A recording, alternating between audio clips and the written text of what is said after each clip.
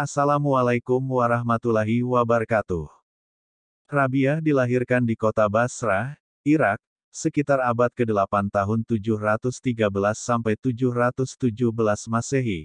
Ia dilahirkan dari keluarga yang sangat miskin dan merupakan anak keempat dari 4 bersaudara, sehingga ia dinamakan Rabiah yang berarti anak keempat. Ayahnya bernama Ismail. Ketika malam menjelang kelahiran Rabiah, keadaan ekonomi keluarga Ismail sangatlah buruk sehingga ia tidak memiliki uang dan penerangan untuk menemani istrinya yang akan melahirkan.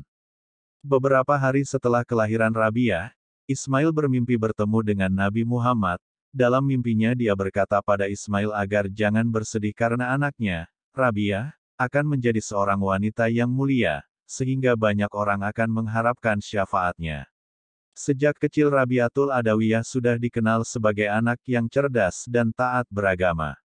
Beberapa tahun kemudian, ayahnya, Ismail, meninggal dunia kemudian disusul oleh ibunya, sehingga Rabiah dan ketiga saudara perempuannya menjadi anak yatim piatu ayah dan ibunya hanya meninggalkan harta berupa sebuah perahu yang kemudian digunakan Rabiah untuk mencari nafkah.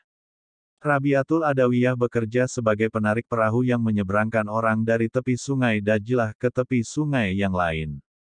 Sementara ketiga saudara perempuannya bekerja di rumah menenun kain atau memintal benang. Ketika kota Basrah dilanda berbagai bencana alam dan kekeringan akibat kemarau panjang, Rabiatul Adawiyah dan ketiga saudara perempuannya memutuskan untuk berkelana ke berbagai daerah untuk bertahan hidup. Dalam pengembaraannya, Rabiah terpisah dengan ketiga saudara perempuannya sehingga ia hidup seorang diri. Pada saat itulah Rabiah diculik oleh sekelompok penyamun kemudian dijual sebagai hamba sahaya seharga 6 dirham kepada seorang pedagang. Pedagang yang membeli Rabiatul Adawiyah sebagai hamba sahaya memperlakukannya dengan kejam, sehingga Rabiah harus selalu bekerja keras sepanjang hari. Dalam suatu malam, Rabiatul Adawiyah bermunajat kepada Allah jika ia dapat bebas dari perbudakan maka ia tak akan berhenti sedikit pun beribadah.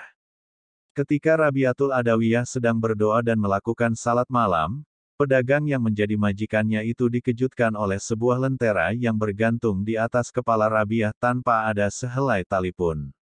Cahaya bagaikan lentera yang menyinari seluruh rumah itu, merupakan cahaya sakinah, diambil dari bahasa Ibrani yaitu, Sekinah, yang berarti cahaya rahmat Tuhan, dari seorang muslimah suci. Melihat peristiwa tidak biasa yang terjadi pada Rabiatul Adawiyah pedagang itu menjadi ketakutan dan keesokan harinya membebaskan Rabiah. Sebelum Rabiatul Adawiyah pergi, pedagang itu menawarkan Rabiatul Adawiyah untuk tinggal di Basrah dan ia akan menanggung segala keperluan dan kebutuhan Rabiah. Namun karena kesuhudannya, Rabiah menolak dan sesuai janjinya jika ia bebas, maka Rabiah akan mengabdikan hidupnya hanya untuk beribadah. Kehidupan sebagai sufi dan pilihan untuk tidak menikah. Setelah bebas sebagai hamba sahaya, Rabiatul Adawiyah pergi mengembara di padang pasir. Setelah beberapa saat tinggal di padang pasir, ia menemukan tempat tinggal. Di tempat itulah ia menghabiskan seluruh waktunya beribadah kepada Allah. Rabiah juga memiliki majelis yang dikunjungi banyak murid. Majelisnya itu juga sering dikunjungi oleh zahid-zahid lain untuk bertukar pikiran. Di antara mereka yang pernah mengunjungi majelis Rabiah adalah Malik bin Dinar Sufyan As-Sauri dan Syakik Al-Balhi. Rabiah hanya tidur sedikit di siang hari dan menghabiskan sepanjang malam untuk bermunajat sehingga ia dikenal sebagai pujangga dengan syair-syair cintanya yang indah kepada Allah. Rabiatul Adawiyah telah terkenal karena kecerdasan dan ketaatannya ke pelosok negeri sehingga ia menerima banyak lamaran untuk menikah. Di antara mereka yang melamarnya adalah Abdul Wahid bin Zaid, seorang teolog dan ulama, Muhammad bin Sulaiman Al-Hashimi, seorang amir dari dinasti Abbasiyah yang sangat kaya, juga seorang gubernur yang meminta rakyat Basrah untuk mencarikannya seorang istri dan penduduk Basrah bersepakat bahwa Rabiatul Adawiyah adalah orang yang tepat untuk gubernur tersebut. Riwayat lain juga menyebutkan bahwa Hasan al-Basri, seorang sufi besar dan sahabat Rabiah, juga meminangnya, namun hal itu masih diragukan kebenarannya mengingat Hasan al-Basri meninggal 70 tahun sebelum kematian Rabiah. Rabiah menolak seluruh lamaran itu dan memilih untuk tidak menikah. Meskipun tidak menikah, Rabiah sadar bahwa pernikahan termasuk sunnah agama, sebab tidak ada kependetaan bahasa Arab, rahbaniyah, dalam syariat Islam. Rabiah memilih untuk tidak menikah karena ia takut tidak bisa bertindak adil terhadap suami dan anak-anaknya kelak, karena hati dan perhatiannya sudah tercurahkan kepada Allah, tidak ada satupun di dunia ini yang dicintai Rabiah kecuali Allah.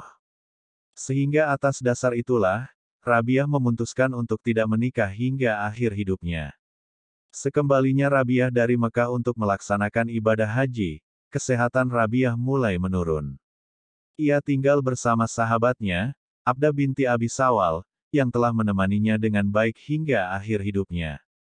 Rabiah tak pernah mau menyusahkan orang lain, sehingga ia meminta kepada Abda untuk membungkus jenazahnya nanti dengan kain kafan yang telah ia sediakan sejak lama.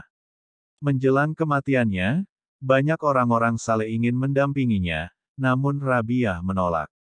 Rabiah diperkirakan meninggal dalam usia 83 tahun pada tahun 801 Masehi sampai 185 Hijriah dan dimakamkan di Basrah, Irak. Terima kasih yang sebesar-besarnya karena sudah menonton video dan mendukung channel ini.